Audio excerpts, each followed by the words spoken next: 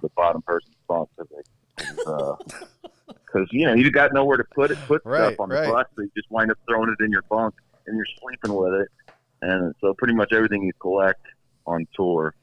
I think the worst anybody I've seen is John Fred from Blackstone Cherry. Yeah, he's the drummer. That dude collects like drums, like huge marching drums and shit. Like I saw him loading up a giant, huge college marching kick drum, like they're the bass drum that you have to strap on with shoulder pads. The kind my stepdaughter used this past weekend. I was gonna say that's like freaking there you go, Sergeant Pepper's Lonely Heart Club fucking shit, right there. Exactly. To watch got an entire Lonely Hearts Club band sitting in his That's bunk. crazy. To dude. watch and he's trying to fit that on the bus. Right? Yeah. No. That's pours over until you go home. To watch my stepdaughter, who can barely carry a bag of garbage from the can to the door for me to take out, to see her out there on the field at MetLife Stadium this weekend pounding that big ass bass drum and marching and I'm like, where the fuck is this when she's trying to clean her room? It's never gonna be there, man. Come on, never. Right? Teens don't ever do that, man. Come on, stop that. I guess maybe where the fuck does he put all this stuff? Yeah, no, exactly. That's my point. Oh my Lord. Where do you wind up putting all this chocolate shit that you wind up getting? It goes on the bottom bunk. Right. yeah, exactly. Poor bastards will sleep on the bottom. All right. Well, I'm gonna give you another fan question. This comes from Timothy Murphy. He says, we had heard when Doves Cry was gonna make the new album. Oh yeah, I like this Did question. the Prince estate say sorry, but no, you can't do it? It's funny because, after he died, I mean, you kind of start seeing Prince stuff all over. Oh yeah, all over the place. Back in the day when we covered that song, I mean, within 24, if like I say a fan would post it from the audience, within 24 hours they'd have it pulled down from YouTube or wherever, their legal department. But now, now they're just like, hey, let's cash in any way possible. So I'm sure that it could be worked out. We did 13 tracks on this record, and we did it in 25 days. Wow. So, we tossed around the idea of doing a cover, but it was only going to be if we could get all of our music on there first. So I'm not saying that it's impossible to do at this point, because we are going to get I've got to go back up to North Carolina and finish some vocals and stuff, and if there's time, we might go back, and the label might put us back in the studio to do something like that. But and it might be we might do it as like a bonus release or something like that, nice, for iTunes or Amazon or whatever. All right, okay, sorry, I didn't mean to cut you off, Nathan, go ahead. Oh no, that's but I as of now, there's no cover. I saw on the Facebook somebody that does kind of break my heart just a little bit, because I love the way you guys did the Dirty Diana, and God. And not I mean, a lot of people are gonna say, oh, Purple Rain. No, Doves Cry is probably one of my favorite Prince songs. So you and me both. I definitely would love to hear you belt that out. So I'm gonna have to catch one of your live events, and maybe you'll do it then. Yeah, because I would definitely like to hear that. I love doing covers. I like turning them into our own, into your own. Thing. Yeah, yes, exactly. Yeah, that's important to us. But the whole idea of making a record is putting out, what you have to say first. Then if you've got room. And the other thing was, because we did the Michael Jackson tune, you never want to be known as like, well, I wonder what cover's going to be on this record. AKA Alien Ant Farm, anybody? Right. No, I'm just saying, man. No. To go further with that, they did so good on that. That's all they ever got. But known to go for. further with that, every Disturbed record has a cover on it. Has a cover. That's right. true too. That's true too. I mean, it's great that they do, and they go off the wall with some of their covers. But at what point does it? At what point does it become? Just give me the whole Disturbed. Don't give me 11 Disturbs and one cover. Which, going back to Smoking Hearts and Broken Guns, Dirty Diana was like this little snippet. It's like, here is what we love, and you guys rocked it. That's what I felt like. I felt like the story, like you're telling us a story through this whole album, and then all of a sudden Dirty Diana was just like an intermission. Like, here, enjoy this beef jerky for a second, chew on what we just gave you, and then come back and then finish up the rest of this album. You know what I'm saying? Like, that's what I kind of felt analogy. like that. That's a great call. Now, before I get into the next fan question, I asked you for a special favor for a young lady here who just celebrated a birthday. If you could just reach out to Natasha, put your hands on the TV, kids, and listen to Nathan Hunt. Here he goes. Hey, Natasha, I want to wish you a huge happy birthday. Man, birthdays are sweet. I just had one like 5 months ago, and it's pretty cool. And I'm still recovering from it. And I hope you are 5 months from now. All right. That's always a great sign of a great birthday, my friend. I'm going to fuck up this girl's name, but I'm going to try it anyway. Amber her name's Amber. That's all you got to go with. That's it. Good. That's where we go with that. You want to try this name? No, not at all. Exactly. Not just that Amber works. She says, hey, Nate, first off, so excited to see y'all's new music and hopefully a tour to follow. Question, in your opinion, what has been the most difficult part of making this new album? That's a killer question. Well, we started writing for the record. Normally, what we do is we'll have like one or two songs go into the studio and we convince the record label, we're ready to go, man. Just fund it, and here we go. Yeah. And then we write the rest of them while we're making the record, because there's something to be said about the spontaneity of recording, like what you just wrote, capturing the energy of that moment. But there's also something to be said. Yeah, but there's also something to be said with going in a little bit of homework, you know what I mean, and kind of honing your craft and honing the songs down a little bit, and that's kind of what we did with this one. Which has been, we haven't done that in like 3 or 4 records ago. Mm-hmm. It was probably the last time we did something like that. So we started, and we thought we had enough songs, and we thought they were good enough a year ago. We started making demos a year ago, and we didn't get the okay from the label to go track them until I don't know, June of this year, July or something like that. Mm-hmm. And no, it was like August actually. And we just said, finally, we're just like, look, we're booking the studio time. This is what we're doing, and are you on board? And they're like, yeah, let's go do it. And so that was the hardest part, was just trying to keep that through the bureaucracy. Yeah, keep that excitement going from keeping going stale. Exactly. Yeah. Well, and what happens is you start up, and then you stop, and you start up, and then everybody, we all got our own lives and stuff. Yeah, exactly. I was gonna say, you guys aren't getting any younger, man. You guys are most of you guys are parents, correct? Yeah, right. And then everybody's got, stuff with the kids. Oh, kids. Don't even, yeah. Oh, absolutely, man. You got to be there for all that. And don't you get going on two kids having 2 different sports and you're trying to go everywhere, We've all been there, my friend. Right. And then you're rock star on top of it, So bam. Yeah. It's a lot of hats to wear. So would you say, just starting and stopping and starting and stopping and starting. Would you say it's a lot more rewarding now as a parent, though? Oh yeah, especially. I mean, it's a lot more rewarding. Once your kids.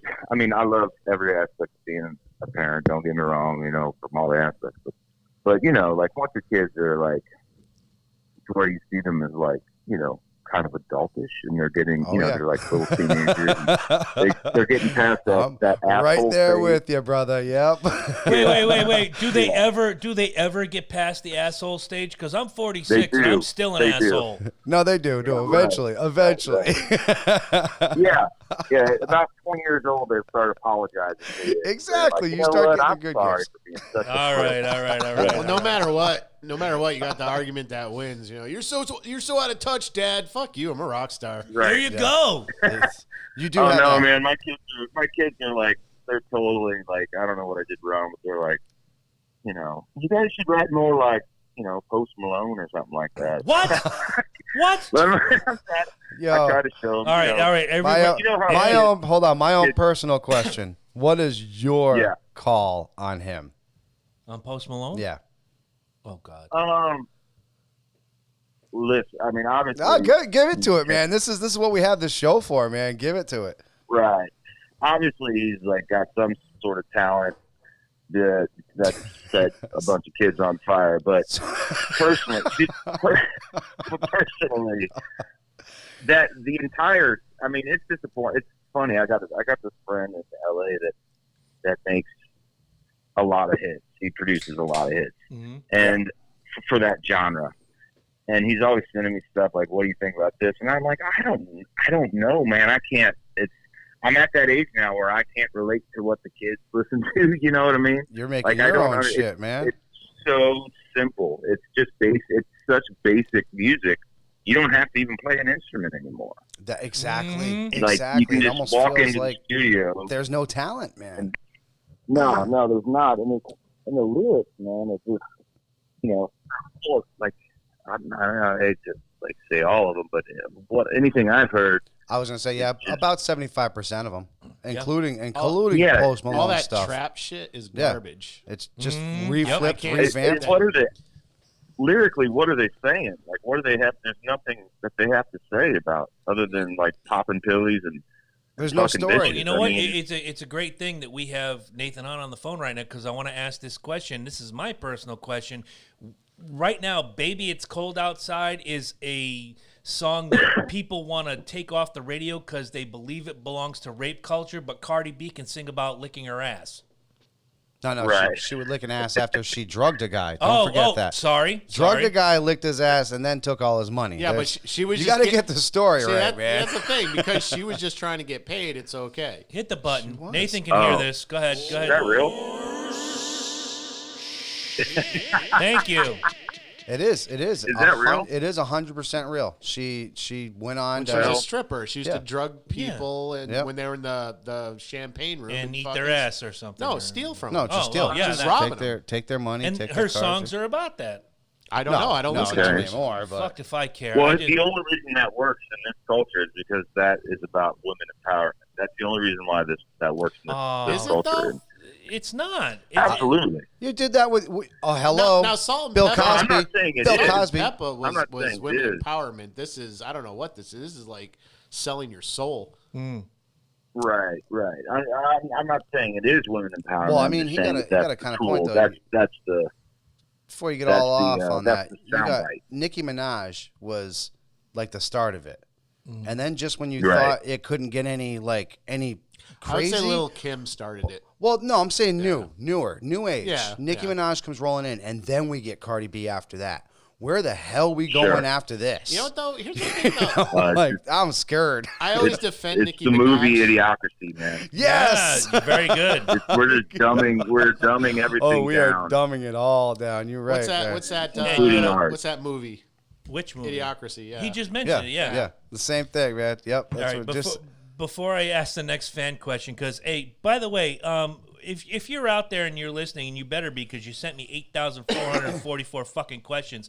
Lana Davis, I'm gonna get to 3 of them. I've picked like my Lana. favorite 3. Lana Well, is great. I like Lana of the WWE, but that's just me. This one comes from me. Have Red Hands, Black Deeds in the car. It's like on a continuous CD loop, the 6 CD changer gimmick Jones. And whenever Long Way Home comes on, Yeah. and you come out and you're like, we all make exceptions. Bap! And all of a sudden, there's my girlfriend, Angela, who you've met. She's like, yes, Nathan! Fuck if I can't get away from that. 2 questions in regard to Angela. One, answer this one first, and I'll ask you the backup when you're done. That song sounds really, really, really personal. Where'd that come from? I had an ex-girlfriend ask the same question. Wow. It's really, man. It's really. Apparently, women hear this song differently. Dude, if I don't, you know what? I'm gonna embarrass her real quick. There's probably more moist drawers when Angela hears that song than anything else ever. She loves that tune. We'll be in the car just driving, toodaloo doot doot, listen to Shaman Cyrus. We all make exceptions, bap, and all you hear, I could be 50 feet away. Yes, Nathan. And she, like, you're speaking to me. You got the one thing. I mean, this is the pop to you.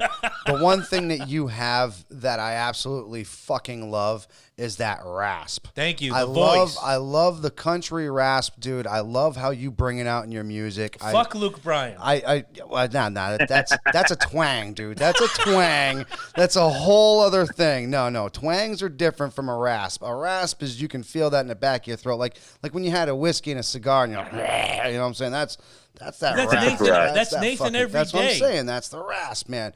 That is pinnacle. I just sing with my morning voice. There you go, baby. That is the pinnacle rock right there. That is what symbolizes, in my opinion. I got to go back to what he just said. I could sing with my morning voice. When I listen to the Come Up, and there are certain points in that song where, you know, it sounds like you're stretching. You're going a little too far, and it makes sense. He's like, once I believe I was my own enemy, and your voice is just but it makes sense. Right. In the song, you were killing it.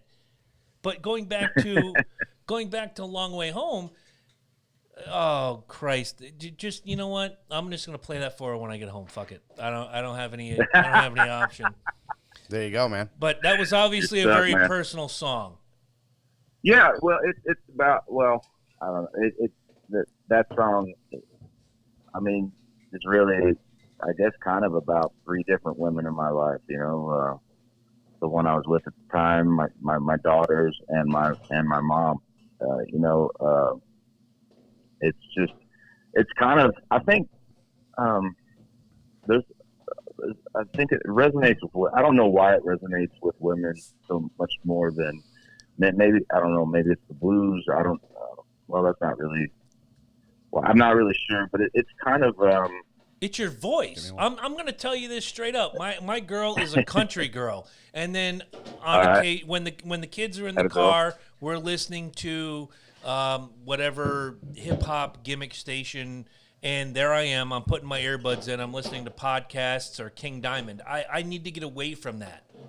I'm okay with country. I'm not okay with. I love some country, baby. Fuck, I can't listen to this stuff that sounds like a loop for 40 minutes and it's 6 different songs.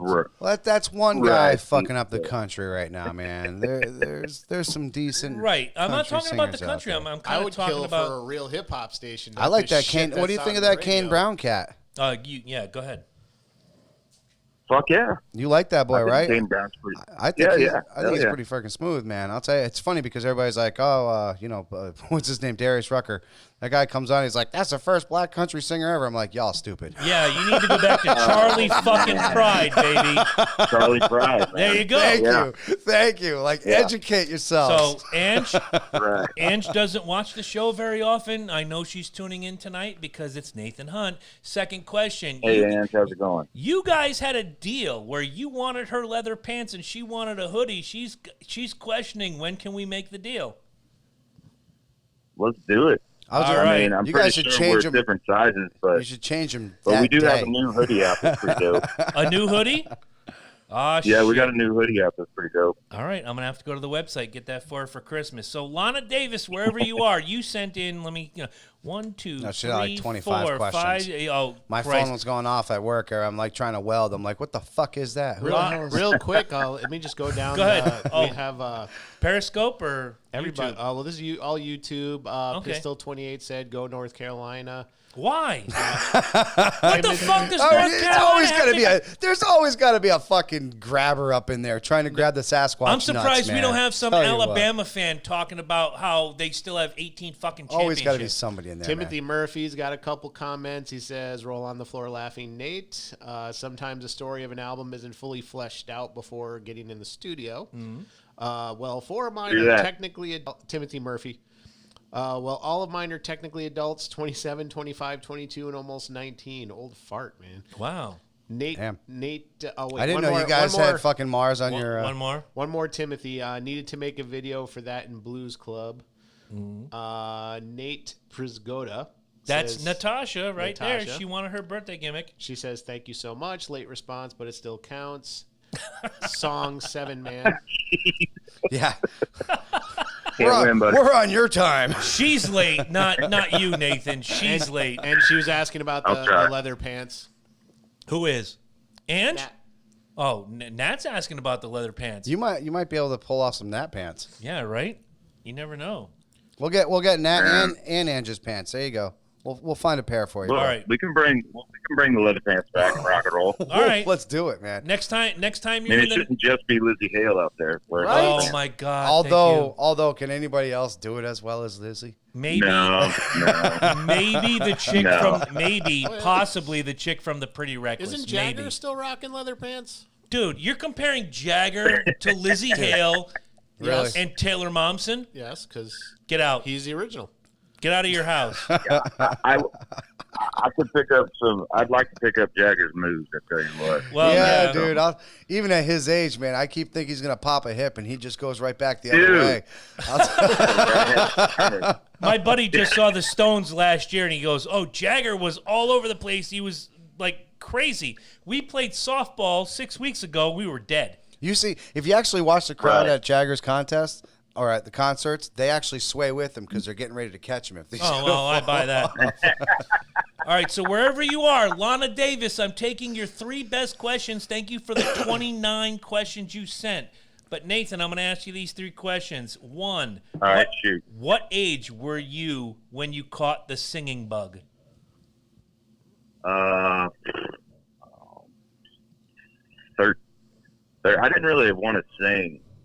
I was probably 13 or 14. Wasn't really into singing, but I was into writing music, and I think I wrote my first song. I was about 13 or 14, and I couldn't like just give it to people to do it. So the only way for me to so the song could be realized was to do it. So I just kind of taught myself how to sing a little bit. That's pretty cool. Yeah. Fucking A, nice. It's kind of like the Jim Morrison thing. Yeah. He didn't want to sing at first either. Yeah, right?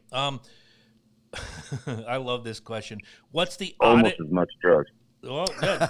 drugs will do that. Not too many. You're still here, right? Yeah, drugs are bad. Okay. What's the oddest thing that has inspired your lyrics? The oddest thing, man. That's kind of the eye of the beholder right there. Right.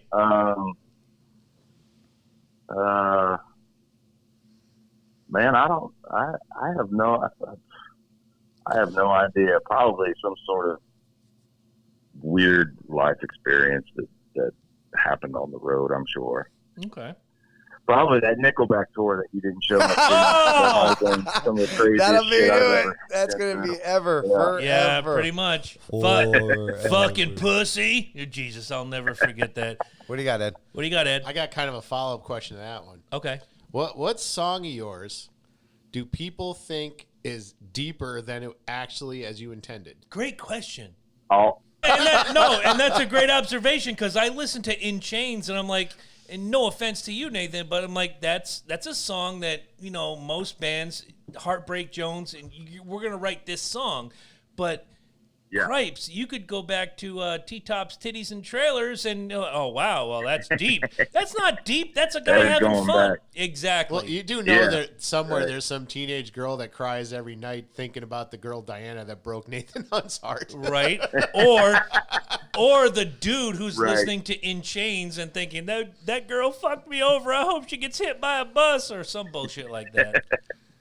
Dude, Kurt Cobain said it. I mean, I don't know how the fuck he said it, but I'm paraphrasing. Basically, sometimes shit just sounds cool. Sometimes words just sound cool together.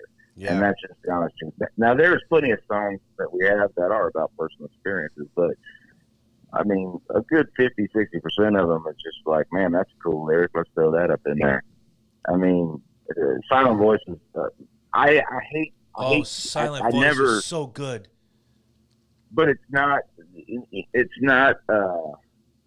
It's always to the listener. It's always going to mean more to them than it's ever meant to me. Well, that's how music is really supposed to be, right? That's the beauty. How you write it and how it's supposed to be out is how you intended it to be, but how I interpret that in the end is how music is really supposed to be broken down. Exactly. And when we had Lizzie Borden on the show last year, and I said, "Thank you for Me Against the World." That was me as a teenager. That's when I found you. That was your voice. That was a voice, like us. With, and he was just like, I threw that together. Metallica back in the day, kill them all. Lizzie was we didn't want to kill them all, but just the it's just like with the Four Horsemen, right? just going in.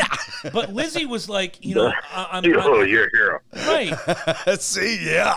And Lizzie was he was like, thank you so much. I've heard that many times, but that song to me was just like a throwaway. It was the biggest single on the record, right? So like and you it breaks said, people's hearts whenever you tell people that too, and so that's why I'll never tell them what a song means. Well, 90% of the time, I won't tell them what a song meant when I was writing it, because it guarantee you. I mean, I have before, and it's pissed people off. So I guarantee you that it's more meaningful to you than I was saying. The look in someone's eye when you break their hearts because they were expecting something else to come out of your mouth, and you're like, "Ah, shit." Yeah. I needed a song. I wrote it. I need a shot over here.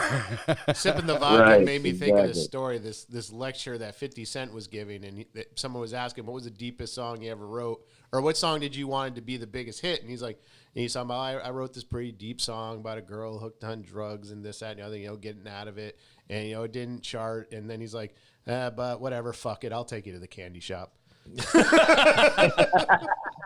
So it's like that's music. That's good. Yeah, right? It's on YouTube. You watch the lecture. It's fucking all right, great. Lana Davis, wherever you are, this is your last question out of 29, because this is probably the craziest question I think I've ever had somebody send in for a guest.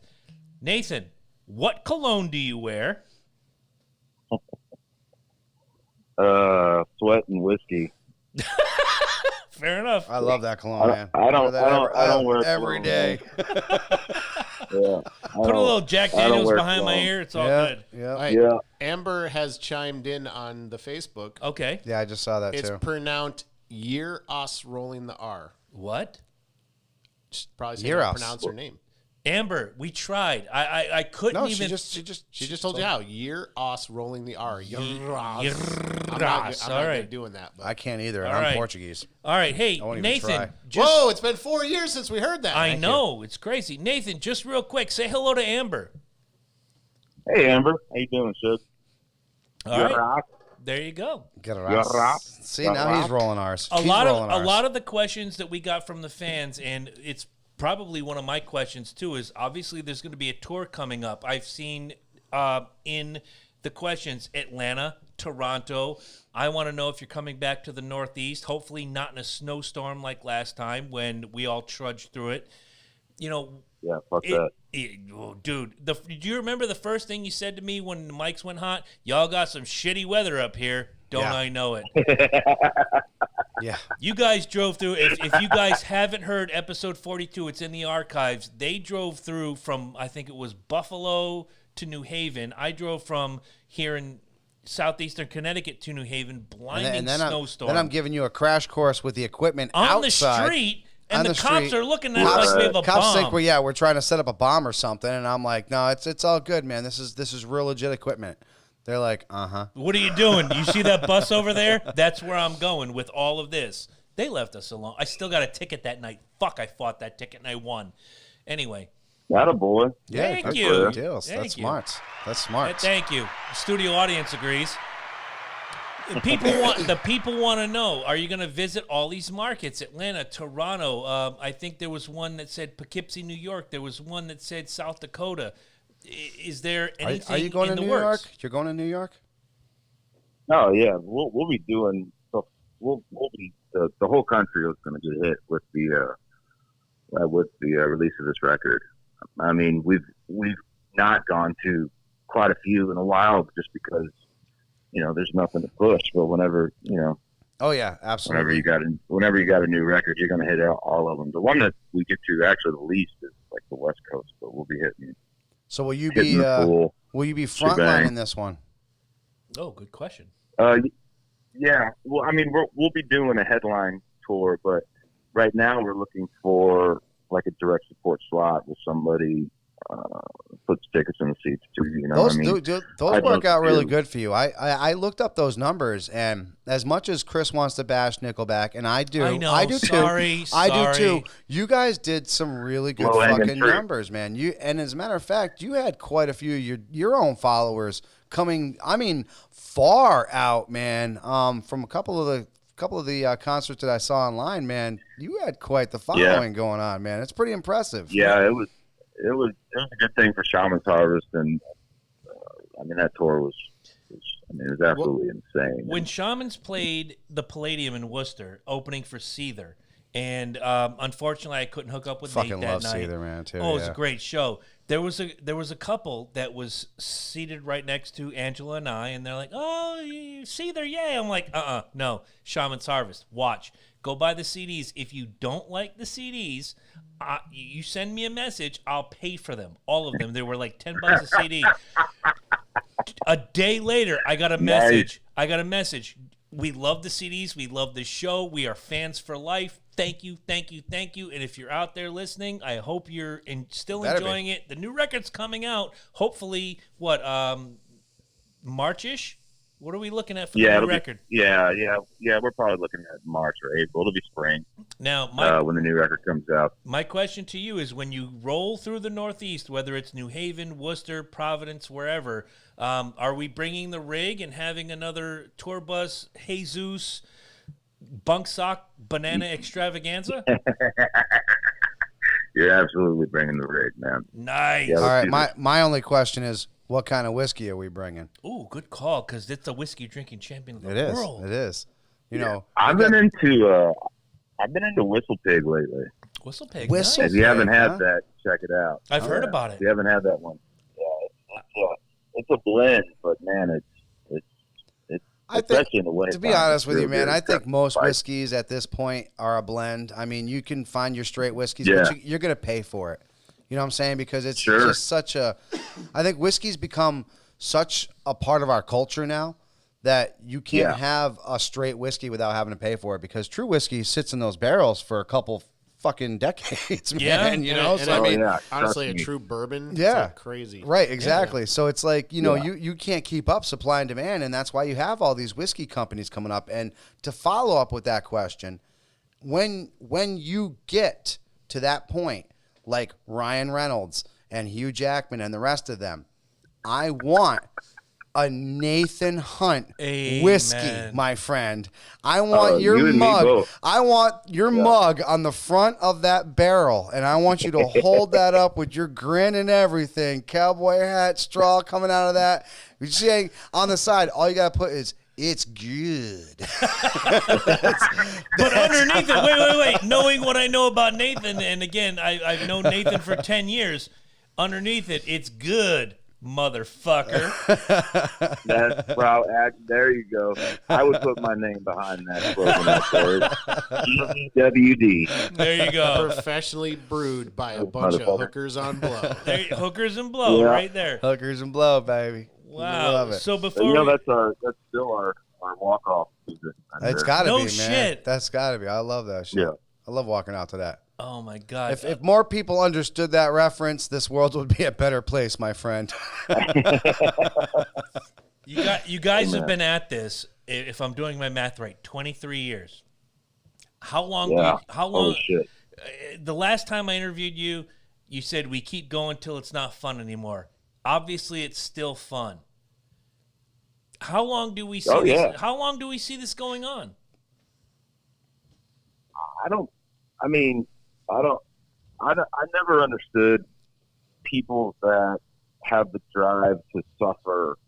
I mean, look, if you do this for a living, the fact is you suffer to different degrees. I mean, it's not, this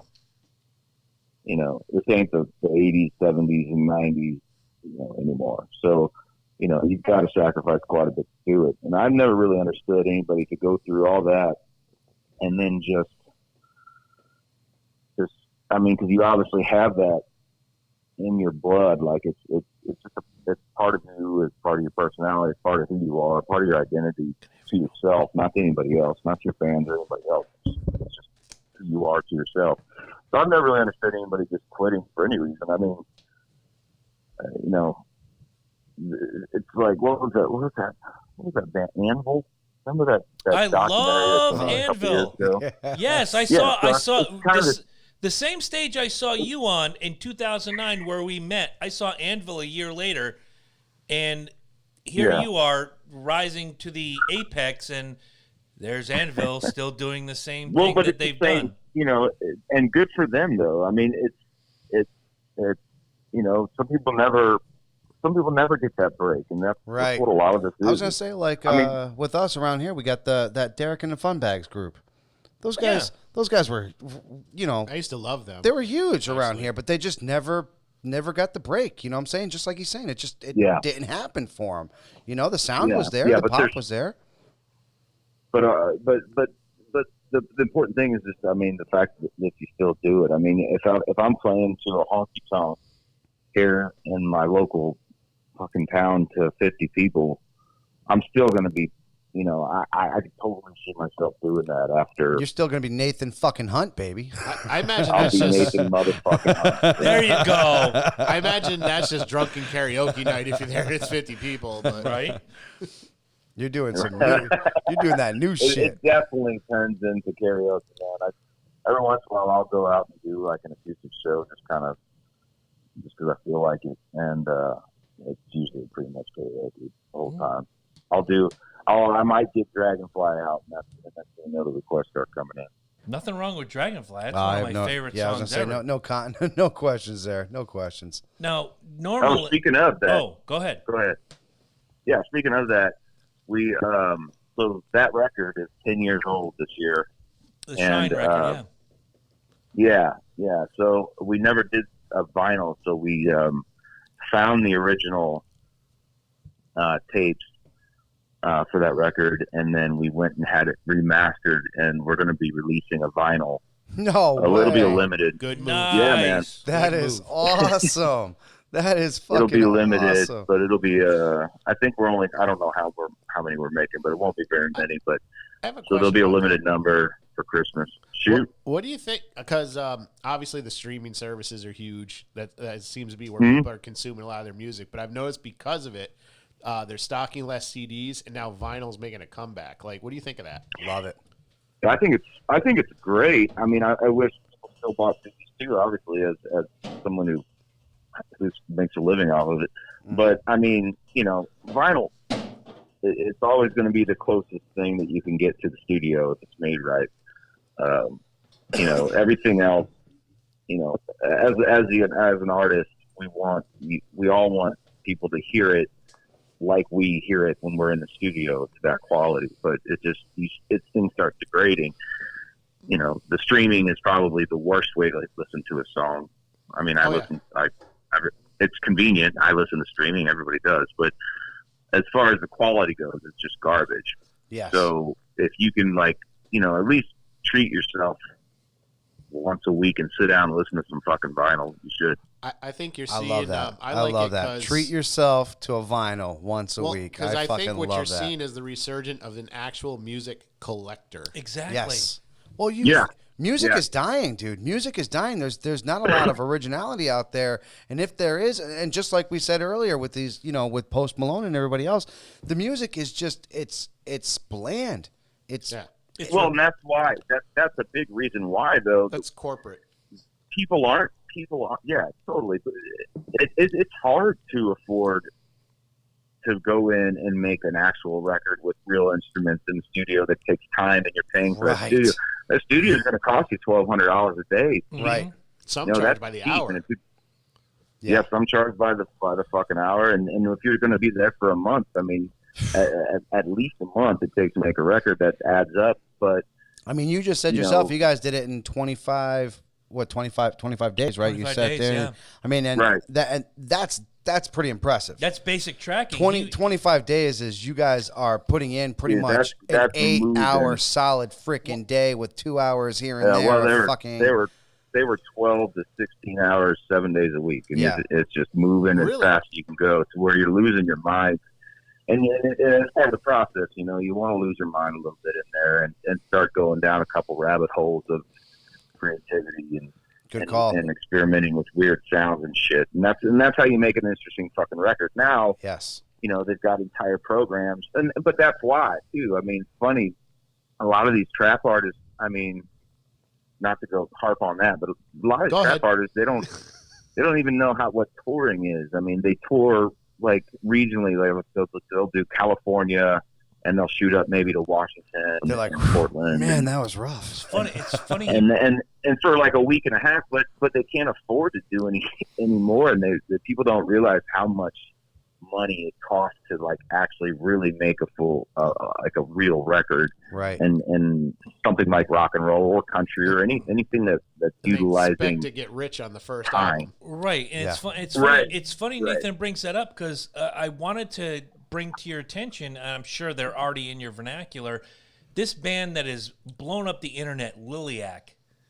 They did the Holy Diver cover. They were on the Kiss cruise. They've done those Kiss. Oh my God, they're so good. Yeah, no, they're killer. Are you talking about that family of kids or whatever? Yeah, absolutely. All 5 kids. Ranging from age 9 to 22. They're just amazing. Yeah, they're killer. Yeah. What kills me is that the 14-year-old has a smoky voice like she's been singing for 40 years. You get a lot of that. Yeah, no, that's insane. You ever watch The fucking Voice, dude? Or The Voice. Yeah, Sure. I watch it every once in a while, and some of these people come on, you're like, yeah, let's just hear how this guy sounds. And all of a sudden they're like, how did that even come out of that person? Like I can't remember. And then he's like, I'm 12 years old. What? Are you serious? The Spanish lady who came out there and started singing like ha ha ha. This is gonna suck. And then she started singing Highway to Hell. Yeah, and she killed it. Just drills it. And you're just amazing. It's just from listening to your favorite records. You listen to your favorite artists. You hear what they do, and then like first you imitate them, and then you're like, I want to go a little further. With this. Speaking of which, good one. Who'd you imitate, man? Who was your go-to? Oh shit. Well, it was probably to my detriment, but I think it was probably Eddie Vedder, probably. Okay. I remember being like 13 or 14 or however old I was, 15, seeing Pearl Jam for the first time, and I was like, holy! And this guy's crawling across the light rigs that are like 50 feet up in the air, and just he was an animal, and I was he was a showman. He really was a showman. Don't lie, though, not a fan. Yeah, I was just saying, Ed's not a fan. He's cringing over here. I know. Neither it's am funny I, because that's the song I sang when I was coming down here today. Right, and we go do. I'm not a huge Eddie Vedder 4-hour show. Yeah, exactly. I mean, you can't argue with the longevity. I won't take that away from them. The talent. And I've said before on the show, Jeff Ament and Stone Goddard from Pearl Jam are probably some of the best people in the business. And not only that, his voice is just uncanny. Like, his voice. Yeah. Any Vedder's voice is. Yes, exactly. Right. Yeah, exactly. Yeah. And then, and that's what I was always into. Yeah, that's why I said that. That's like one thing I their own identity. Absolutely love about your voice is you bring that rasp to it. You bring that bass, that solid. It's what I like to call an umph. It's just like you get. I don't want to say attention. It like this. I don't want to say it like this, but it's dirty, and I love it. It is dirty. Yeah, sure. It is. It's very dirty. Sure. Absolutely. It's very back. It's from not learning the right back way. roads. Yeah, back roads. Fucking absolutely. But that's the charm, and that's what makes Nathan Hunt Nathan motherfucking Hunt. You know what I'm saying? We're And talking about that's what it is. The best rock records, I'm gonna the change best my blues middle records name are dirty. tomorrow. Dirty sound. Wait, I think that's before, a great before idea. Anybody goes on, before anybody goes on, what middle name is on your birth certificate? It's David, but it really needs to be motherfucker. I was gonna say at this point, yeah, Nathan motherfucking Hunt. Well, while we're talking about voices, I'm curious. So when you guys got the songs written, you got the music down or whatever. When you get in the booth, what is your favorite microphone to use? Oh wow. Oh man, I like to switch it up depending on what the song calls for. But that's pretty cool. I think which one brings out your you think the best Nathan Hunt vocal? Probably U47. But what was the?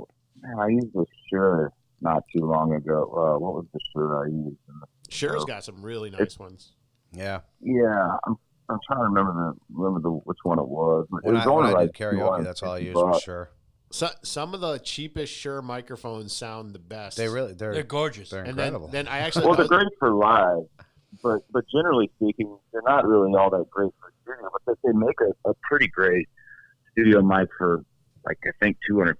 And the model numbers, I can't think of it right now, but I mean, just look up Shure studio mic and it'll come up. But on Red Hands Black Deeds, I use that on the entire record. I think my entire vocal chain maybe you could probably buy for $1,000, which is really cheap when you're talking. Oh, yeah. I mean, that goes all the way up to fucking $50,000, you know, easily. Oh, fuck yeah. You know, but with the compressor, the pre and the mic all together, it was maybe $1,000. Which raises a question for me is when I've seen you live the last couple 2-3 times, you have 2 microphones on this mic stand, and then you introduce like this lighted devil head gimmick schnabitz, like a Blackie Lawless thing, and oh my God, it was so good. And I sent it to my buddy, and I'm like, oh, look, it's Nathan Hunt, Shaman Sarves. He goes, yeah, that's a Blackie Lawless gimmick. I'm like, shut up. It was so fucking cool. Everybody loves to hate, man. It's easy to hate on somebody. Yeah, you know what? It is, especially nowadays, man. It's so easy. But believe it or not, that thing is all real, man. That's a real goat skull. We had to debrain it and everything. That's awesome. The whole thing is a cow's vertebrae. That is true redneck right there, baby. That is fucking awesome. The skull of a past band member and the vertebrae of a cow. I'll buy it, all of it. No, that's awesome. I remember meeting some old band members back at Mohegan Sun. I remember Skull, the last fan that said dumb shit like that. That's exactly. What it was. I got 3. We've taken up an hour of your time. I appreciate it, and let's not make it 4 years before we talk again. I got 3 questions for you. Usually we do. We do Furious 7. This one is going to be like just a 3-way. I got 3 questions for you.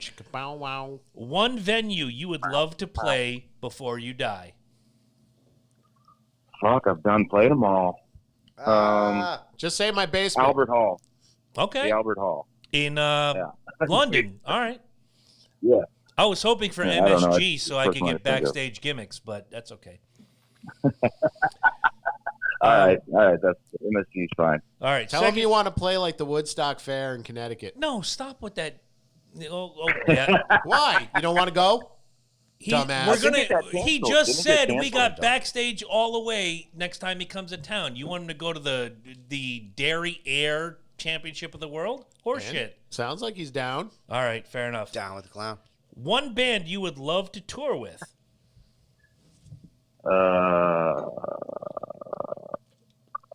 Nickelback, it already happened now. I'm sorry, bro. I had to. Did you go the Nickelback route? Dude, I told you. I looked the numbers up. They did good. No, they really did. I'm sure the merch went out the door. With the numbers. Because when they came here and I couldn't go to the show, I told all my friends, hey, it was sold out. It was sold out. Almost every fucking venue was sold out. They said, I'm going to the Nickelback show. No, you're not, motherfucker. You're going to the Shaman's Harvest show. Exactly. Buy the shirt. Buy the CD. Yes. And if you get to meet him, you tell him I sent you. Whether or not that happened, I don't care. I'm sure they made mad bucks at Mohegan Sun that day. Oh, they did really good. We actually, in Mohegan Sun, that's what we taught Chad Kruger how to play flip cup. Well, there you go. That's what happened that night. Somehow I can definitely imagine that entire scenario in my brain, and it was hysterical. Oh, it became. He went out and bought like.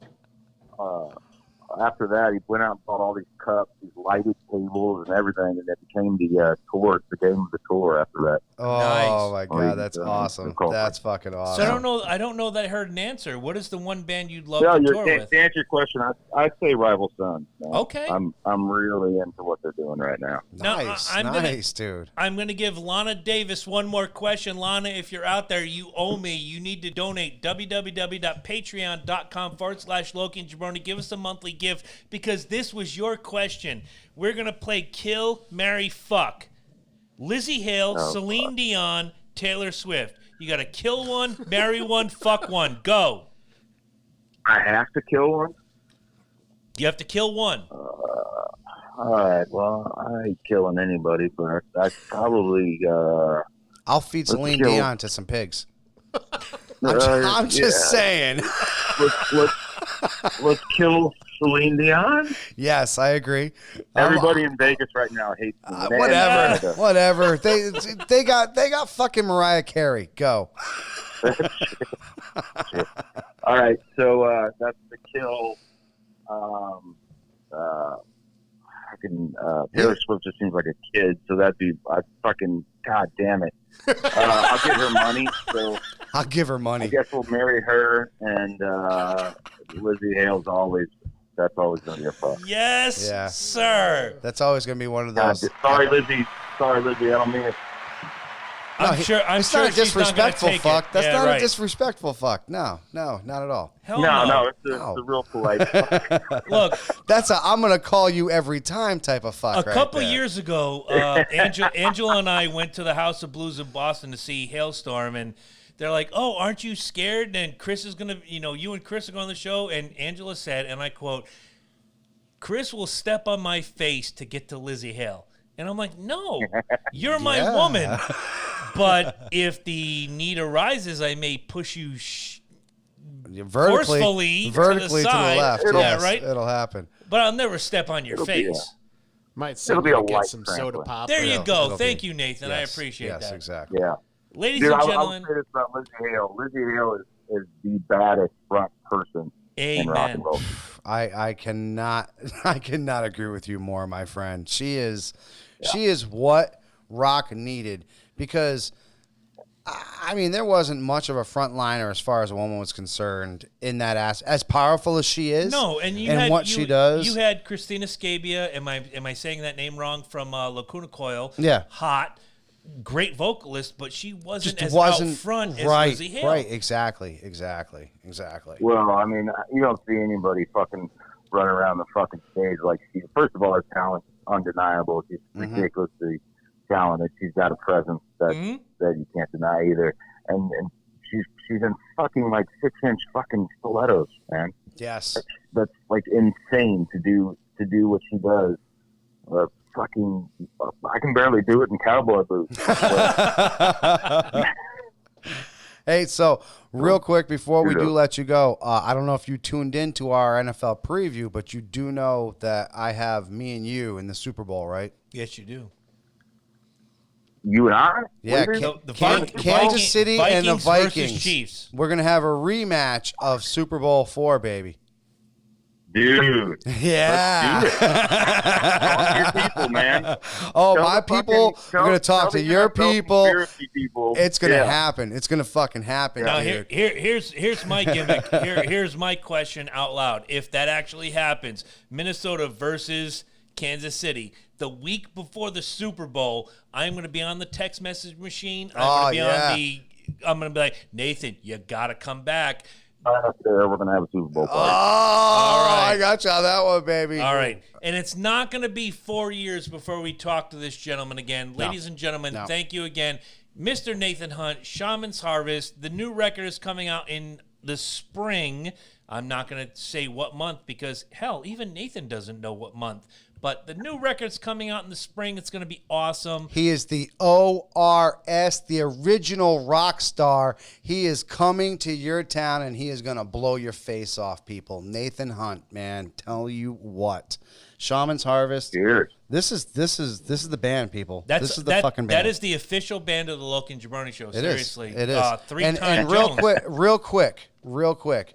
If me, because we're just going to try to prove a point here. If me and Jabroni here decide to actually cut an actual trap album, oh god, will you back us?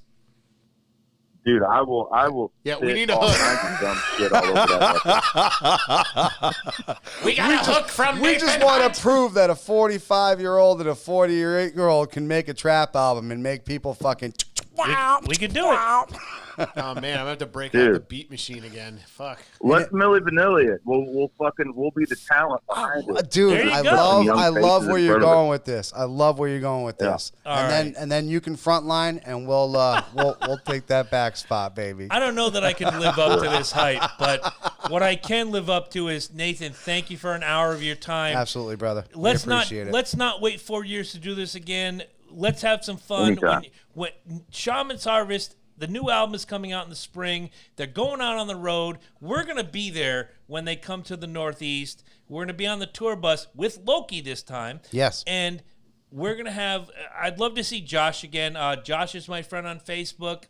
He's a great guy. The whole band, I love you guys. Thank you for being my friends for 10 plus years. I've been champions for you. I've waved the flag. But it's all for the right reasons. You guys, that's a great flag. Fucking ass. Absolutely great flag. You guys it's a big old country as fuck flag. You bring fucking pride to rock and roll. Amen. Baby. You really do. Right on, brothers. Right on. Well, let's do it again, and we'll have you out and drink some whiskey. We'll be seeing you. You very bet your soon, ass. brother. Thanks, Nate. We'll Thank talk to you soon. So much for your time, brother. We appreciate it. Take care, y'all. All right, bye. Bye. Wow.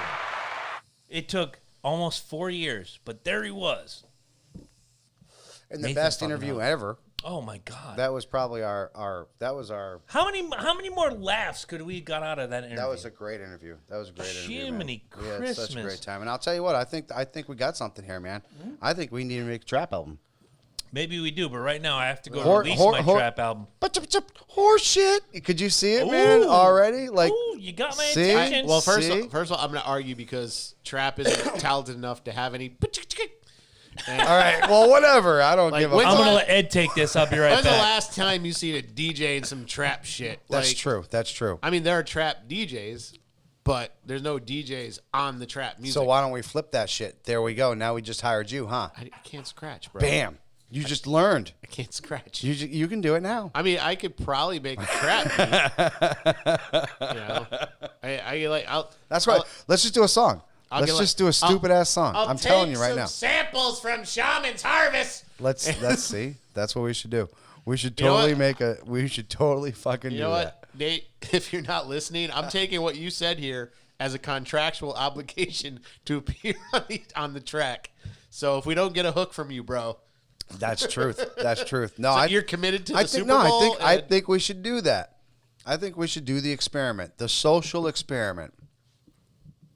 Make a shitty trap. Make a shitty ass trap song, dude. You're gonna have to listen to a lot of trap, man. Then fucking. I know. No, I know. I've heard the stupid ass bullshit, and it's the same shit. You could talk about just making a peanut butter and jelly sandwich. All you gotta do is flow with it. See, there you go. There you go. Do you know the way?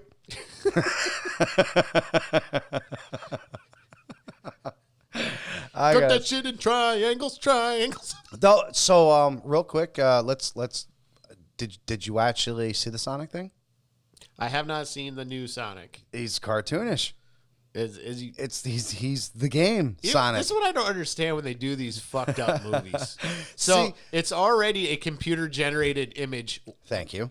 Why would you take it and try to make it human like? So you remember what was that movie? Was it Mac and Me? You remember Where was our voice when Mac and Me came There out? was no internet. So we couldn't stop that. So there, it just got to happen. Yeah. See what I'm saying? The problem with today is footage gets leaked out. Shit gets out there. People get to sample this shit. They get to see it. To this day, you want my honest opinion? You know that stupid little thing that Chewbacca was trying to eat? Yeah. And he did eat at the end there? They leaked that fucking stupid thing on purpose because they knew it was useless and cute. And they knew that people were going to fucking fall in love with that thing. All they had to do was have that thing go bah, bah, bah, for fucking 5 seconds. And people bought it. And in between, just cut some green titty milk. Right. People didn't give a rat's ass. Yeah. Something tells me I walked into something I don't want to know about. No, it's simple. As long as we're saying, with this whole Sonic thing. Have you saw the original Sonic trailer? Yes, and Did you see I the saw the teeth? updated Sonic as well. The best part was somebody took that and took Sonic's face out of it and put freaking what's his name from National Treasure? Oh shit! You got Nicolas Cage. Nicolas Cage. There you go. And put his face on it, and it's Sonic like this. And he goes, "We're gonna steal the golden rings of independence." And dude, it's just great. It's fucking classic. So my point is, if this Sonic movie would have came out, where was the internet for our Mac and Me? Can I ask you that? Repeat that question. Where was the internet for our Mac and Me? See? Wow. Okay. Mac and Me still got made, didn't it? Yeah. We couldn't stop that shit, could we? No. No, it's still out there. Yeah. It's still very much out there. That Correct. fucking movie, that chaotic disaster of a movie is still out there. Had you seen pictures of Mac and Me and we had the internet, what have you have done? The same thing they did to Sonic, right? You better take that shit back and you better remake fucking Mac and Me real motherfucking quick, dude. It's the same way I feel about Jared Leto as a Joker. Fuck you, get out. I like the gangster aspect. Oh no, come on. No. Because that's the only aspect of the Joker that kills people is the gangster aspect. Christ. Heath Ledger perfected the humor and the psycho aspect of it. He was the perfect Joker. Yes. Perfect. Yes. And that's why Kurt he died. Hennig, fucking perfect. And that's why he died. Because he achieved perfection Exactly. in a maddened character. I thought it was the pills. No, it was definitely. I think. Well, there's a I lot of think things. he channeled it too much. And you know what's funny is I think Jared Leto did that on purpose because I think Jared Leto was trying to look for an easy way out. Maybe. Well, he's all pissed. Yeah, I know. Like, he's pissed that Joker film. They didn't even ask him to be in it. Why would you? Because he was terrible. That's why I said. Who? Why would Jared you? Leto. Jared Leto. He was just terrible as Joker. He was terrible in the He other was the one, worst too, Blade. Joker Or Blade. Blade Runner. ever. Oh, Blade Runner? Yeah. Yeah. No, he's terrible. Ever. Terrible. He's a terrible Actually, actor. Now I'm thinking about it. I don't remember him much from it. Thank you. That's how terrible he was. Okay. I'm now The only thing he has is eyes. His eyes are creepy as fuck. He reminds me of Scarsdale. Oh. You know what I'm saying? You know how Yes. Scarsdale has those fucking creepy ass eyes? Those sunk in fucking creepy ass eyes? Same motherfucking eyes. That's it. You know what it was? Jared Leto was that guy. He was on all the teen magazines when we were a kid. Yeah. And like, Well, when you were a kid. Was he? yeah. Oh, yeah. He was in My teen- So-Called Life. I was a big Claire Danes fan. So if you saw Claire I never Danes, watched you any saw of that. Jared. Oh, so go he back. was- Yeah. Oh, okay. I'm gonna have to go check that He was out. like the boyfriend So guy. he's that guy that keeps. No, I he can keeps- see. Well, he's also in a band which is semi popular. Yeah, no, I did No, see they're that. semi-shitty, by the way. No, they are shitty, but 30 that's my- Seconds to Mars, my ass. Nobody This is my discussed their point. talent. Go ahead. is They're we popular. can make a trap song. We could. Me and you. I'm telling you right now. I want here, telling you. guys. We're gonna if get a you- million If you hits. guys don't know, and I don't. You know what's stupid? Is What? this show's never had that many views, and we're gonna make this stupid ass song, and it's gonna get more views than this show's ever fucking had. I got one better than that. No, that's gonna be better. If you can get better than a million hits, Do tell me. any of you guys listen to Jim Cornette's Drive-Thru? No. And I'm tired of having this Alice Cooper, no more Mr. Nice Guy. Send in your gimmicks. Send me a song, and there's a song. Somebody sent in. His name is Matt Hankin. It's do you remember? Everyone knows it's windy. he does it to Everyone Knows It's Corny. Corny, Cornette's drive-through. The one thing that people haven't gotten yet, and I'm not going to spoil it here, you haven't hit the right song. And I have the right song. I'm just writing the lyrics, and the three of us are going to do it. We're going to win. We're going to get free Cornette swag, maybe some thank you, fuck you, bye t-shirts. We're going to get all that shit. Why don't we just make that song for our station? Because then he says our name. He doesn't deserve our swag. He says our name, his 700,000 downloads a week. Want to know who the Loki and Jabroni show is? They come to us. Yeah, but if that song is that good and we get 1 million hits, then fuck that 700,000. We'll figure it out. They'll come to us. No matter what, they'll come to us. A third. That's like a quarter.